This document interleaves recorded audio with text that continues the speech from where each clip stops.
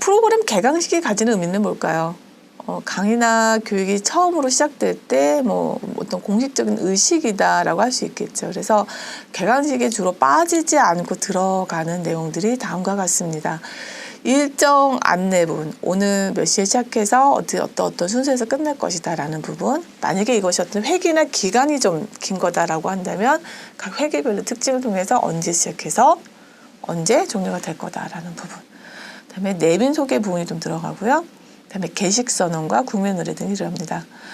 주최 측의 인사말, 축사 이런 것들 들어가고 거기에 맞춰서 어떤 내용들을 쭉 정리를 한 다음에 이제 나중에 이제 폐식 선언을 하게 되죠. 이제 끝난 다음에 그다음에 어떤 강의가 연결이 돼서 진행이 될 경우에 수업을 하게 되는 강사님을 소개하고 이제 오리엔테이션을 하게 됩니다. 근데 사실은 그 학습 내용의 깊이, 질을 고민한다 그러면 이게 더 중요해요. 오리엔테이션 부분이. 근데 이제 행사에 보면 우리가 흔히 말하는 높으신 분, 관계자 되신 분들이 많이 참여를 하잖아요. 그러니까 그 교육과 관련된 기관이라든지 이런 데서 진행할 때 사실 여기가 좀 무겁게 진행되는 경향들이 있습니다.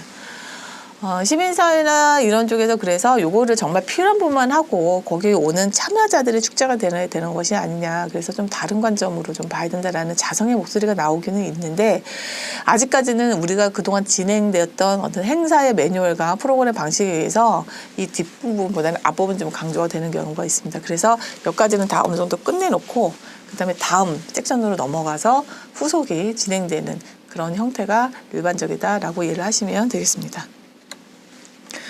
자, 여기서 보이는 그 케이스스터디 같은 경우에는 그 경기화성 오산교육지원청 부설의 영재교육원 개강식에 관련된 어떤 자료를 가지고 왔습니다. 이미지 컷은 여러분들 이게 설명을 드릴 때 이제 머릿속으로 생각을 좀 해보시면 될 것 같고요. 거기서 주로 담고 있는 내용은 이 내용과 거의 비슷하다라고 할 수 있겠습니다.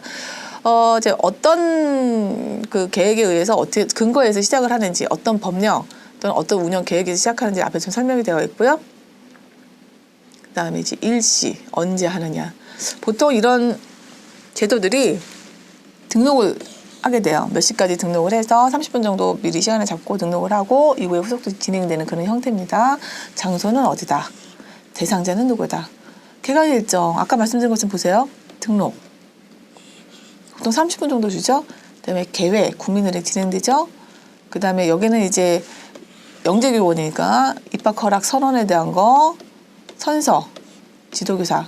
입학식 할 때도 거의 비슷하다고 보시면 될 것 같아요. 입학식 할 때도 등록이라는 건 따로 있긴 않지만 아이들이 학교에 입학할 때 보면은 거의 이 순서에 따라 진행이 되잖아요. 그다음에 인사 말씀. 예, 거기 대표하는 기관장이나 아니면 이제 거기 오신 분들 중에서 필요한 부분 얘기하고 그다음 이거를 연결해서 가는 경우도 있고 이렇게 끊어가는 경우도 있다라고 말씀드렸어요. 뒷부분이 좀 무겁게 진행이 돼야 되는 좀 더 시간을 많이 요하는 것들이 진행된다라고 하면 좀 끊어가기도 합니다. 근데 여기 연결되어 있습니다. 한 40분 정도 특강이 들어갑니다. 이런 얘기 들어가고요. 특강 2가 또 이렇게 들어갑니다. 그 다음에 영재교원에서 실제적으로 연간 활동을 어떻게 하는 건지 여기에 참여한 대상자를 본다면은 사실 이게 더 중요하거든요.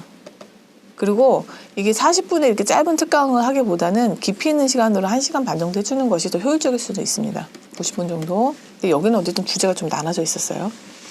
자, 그 다음에 항상 일정이라는 거는 거의 계획된 대로 가지만 변수가 있기 때문에 이런 것들도 얘기를 합니다. 변경될 수 있다는 부분도 문서로 제시를 하고 있고요.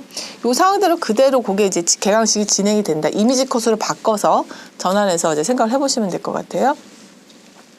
수업 요일은 언제 어떻게 할 것이다. 그 다음에 시험 기간. 영재교원이잖아요. 시험 기간에 대해서는 어떤 뭐 세부사항도 있고요. 참고사항, 공문. 협조 공문, 수업 참여에 대한 협조 공문, 가끔 학교로 보내서 그 학교에서 받는 경우도 있겠죠. 네, 그런 거 들어가고요. 안내 통신문이라든지 과정, 교육과정. 이게 붉은색으로 되어 있는 거는 미리 안내가 되어 있음에도 불구하고 나중에 이걸로 인해서 민원이 제기되는 경우들이 있기 때문에 이런 것들은 좀 더 다시 한번 강조하기 위해서 이렇게 제시를 한다라고 합니다.